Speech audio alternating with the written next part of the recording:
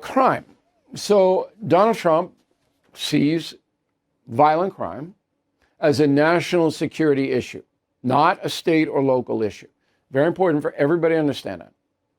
Trump sees it as national security because Americans are dying. I kind of agree. But I understand state authority has to be respected. So the president still insists he's going to send feds to a number of cities. Roll the tape. Doing one by one, time, but we want to go quickly. We don't want to lose Chicago. We're going to lose Chicago. We're going to lose places like you go to St. Louis. St. Louis. We're going to lose St. Louis. We're not going to lose. We want to save these places. You're going to lose them. It was the way the man said it. He was a very high quality man. I said, "Who would you do next?" He said, "Sir, do Chicago. You don't want to lose Chicago. We're not going to lose Chicago." All right. So I assume that next week, federal authorities will go to maybe Memphis, Tennessee, very violent city. Easy to control Memphis, not a big inner city. Chicago, tough. Got that big race component, very wide area, drug gangs embedded. But I think the president is going to do it.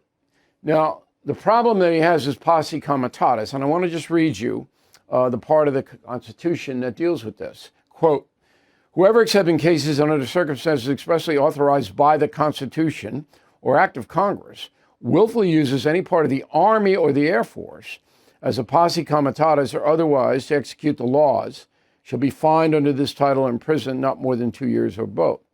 That's a posse comitatus act, okay?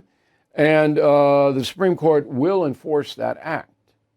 So the Trump administration has to find a way in that doesn't violate the act directly, and that's what's taken the time. So it's a national security situation that they're going to try to balance against this. It's complicated. As soon as one Fed walks into Chicago, Cook County, there'll be a lawsuit. And the Supreme Court will have to hear it. So, all right. You know that the president has designated some of the drug cartel operations as terrorists. The ones in Venezuela are now getting hammered by U.S. military. Second boat blown out of the water, 3 killed. President Trump orders a strike himself. No Defense Department or Pentagon involved. He said, get them. Attack occurred in international waters.